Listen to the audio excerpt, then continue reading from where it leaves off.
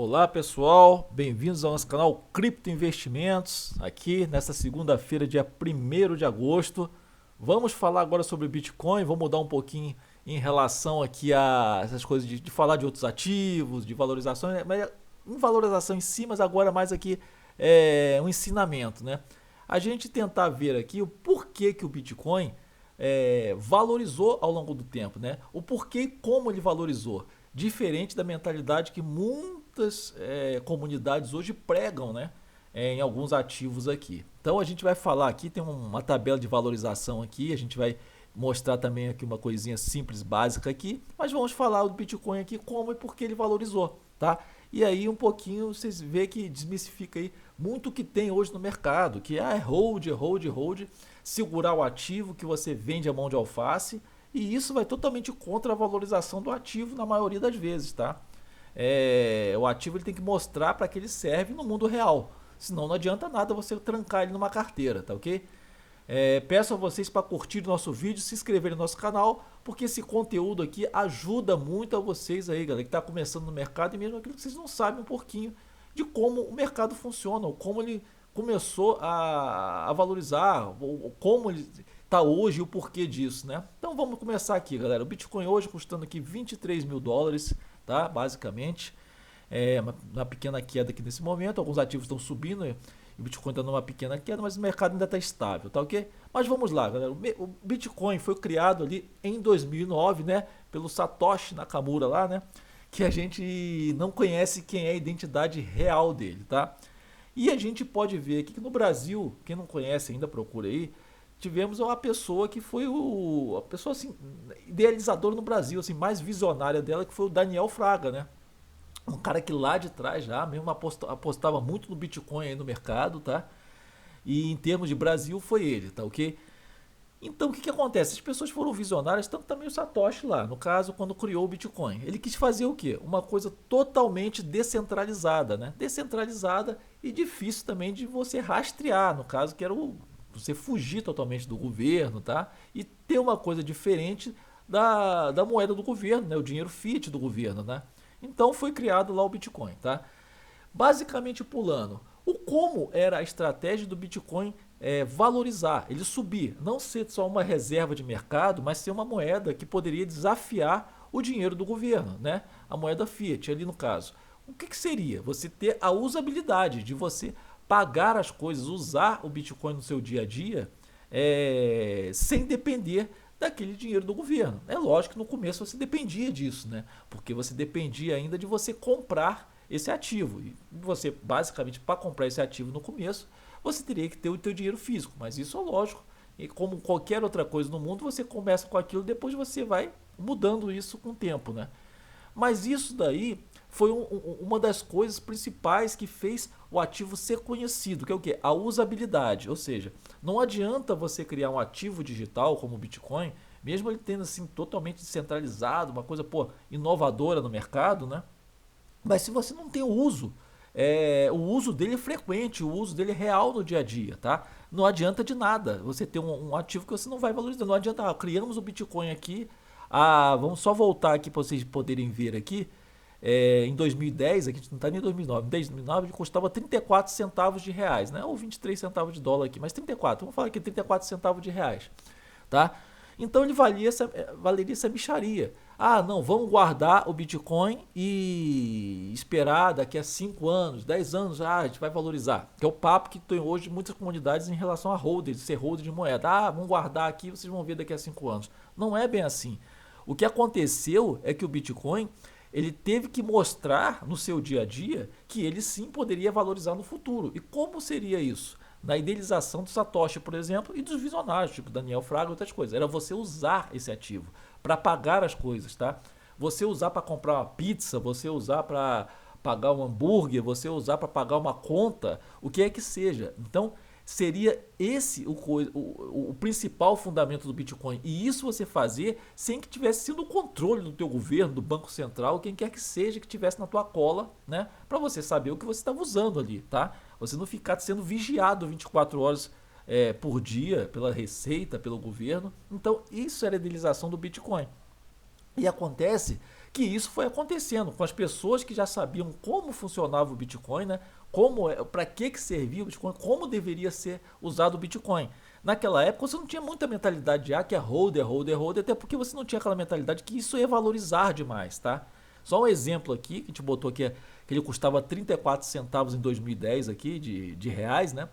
Você, por exemplo, para comprar uma pizza lá, você gastava, custasse lá 30 reais lá naquela época, uma pizza boa custasse 30 reais, você pagaria o quê? 100 BTCs, tá? Numa pizza dessa.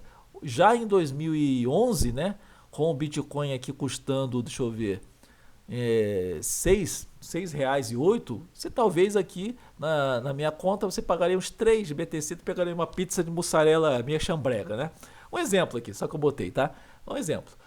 Então, mas isso daqui mostrava o quê? Que ele tinha uso, tá? Então a gente tem que pensar o seguinte, o cara que gastava 100 BTCs para comprar uma pizza em 2010, esse cara também tinha comprado milhares de BTCs, tá? Esse cara ele não deixou de estar rodando assim, inconscientemente, ele tinha um montão de BTC e ia rodando, né? Porque ele estava gastando. É lógico que uma hora ele ia ver que isso daqui tinha usabilidade no dia a dia, mas ele começou a ver também, ao passar dos anos, que ele estava sendo valorizado. E esse cara, com certeza, não é porque ele gastou 100 BTC que ele ficou pobre. Muitas vezes, o cara, se ele sobrou dos milhares de BTC que ele comprou e ele gastou aqui, ele sobrou lá no final 10 BTC para ele, esse cara tá com muito dinheiro hoje, tá?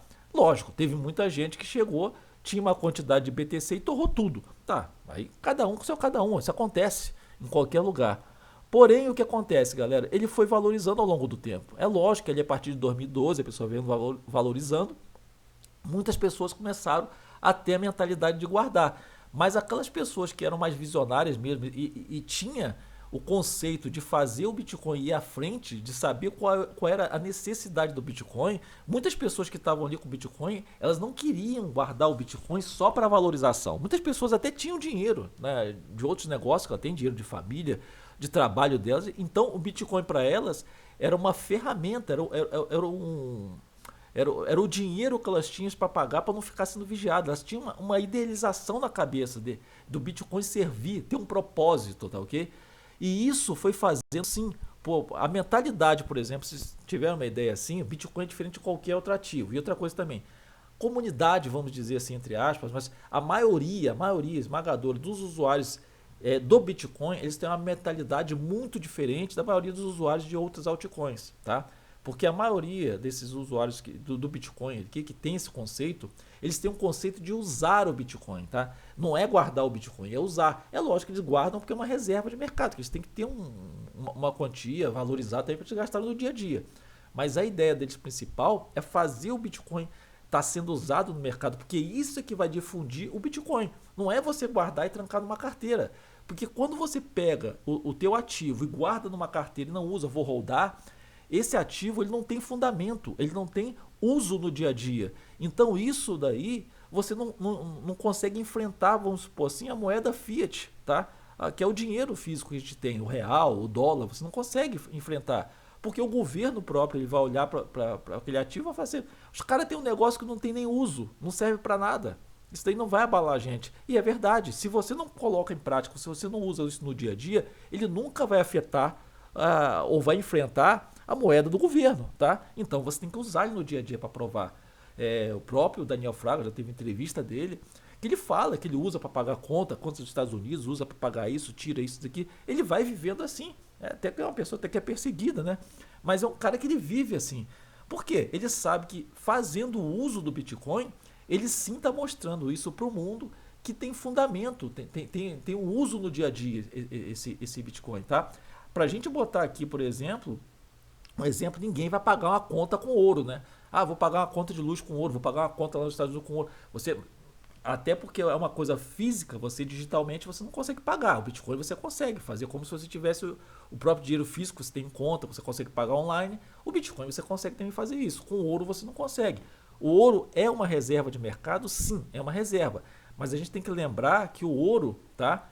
ele é uma coisa física, ele não é ativo digital, que nem o dinheiro físico. O dinheiro físico ele é dinheiro físico ali, o dinheiro, né, a moeda fiat, ele é um dinheiro físico, mas ao mesmo tempo também ele pode se tornar um dinheiro digital, tá? É mais ou menos isso. O ouro até poderia, mas o ouro é uma coisa complicada, que o ouro você não cunha o ouro, tá? Você não imprime o ouro, né? Você tem que é difícil de você conseguir o ouro, então é difícil.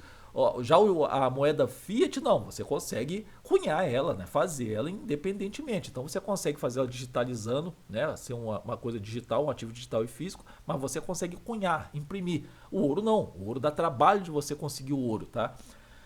Então o ouro é escasso. Agora quando você fala, não, uma meme coin, não, essa meme coin a gente tem que queimar que ela vai ser escasso. Ela vai ser escasso. Qualquer hora você vai lá, os desenvolvedores do projeto vai lá, muda o contrato e começa a cunhar mais, tá? E outra coisa, qualquer hora chega outra equipe, faz um ativo que nem aquele teu e começa a cunhar igual, vários ali, 4 trilhões, trilhões, tá? O ouro não, o ouro é aquilo ali, é único, tá? Se você achasse um local que tivesse ouro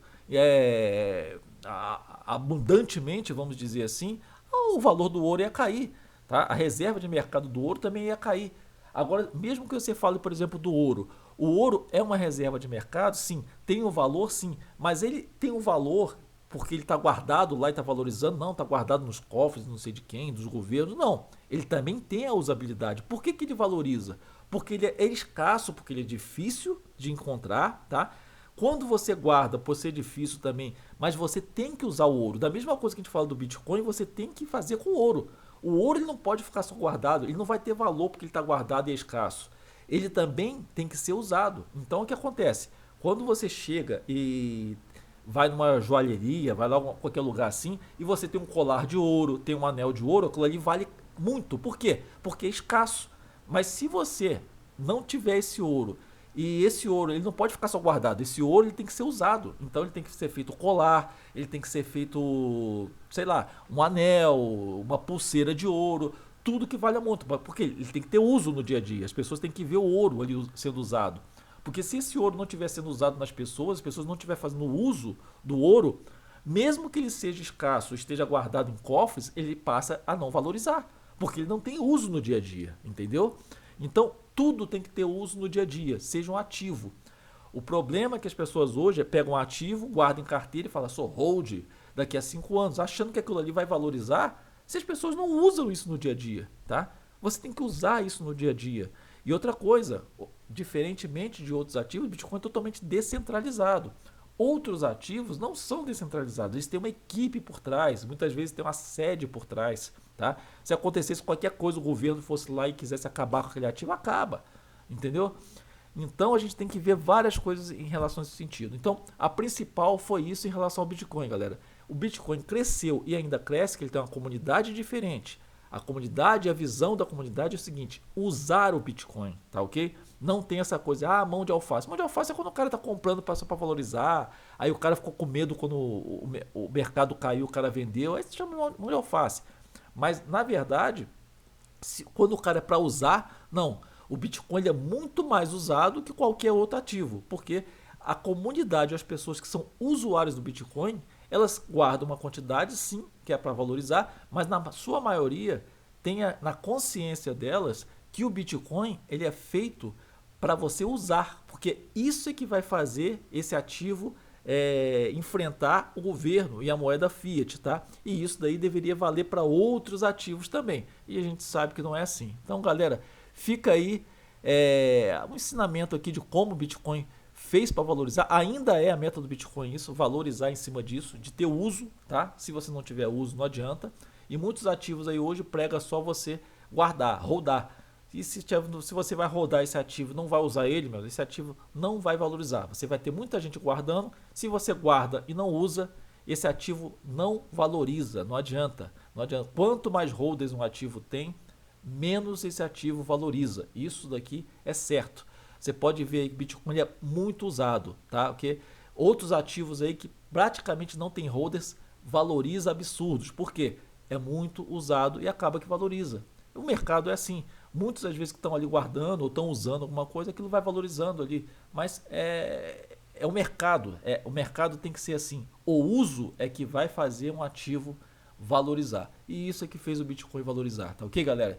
Então, abraços aí e até mais.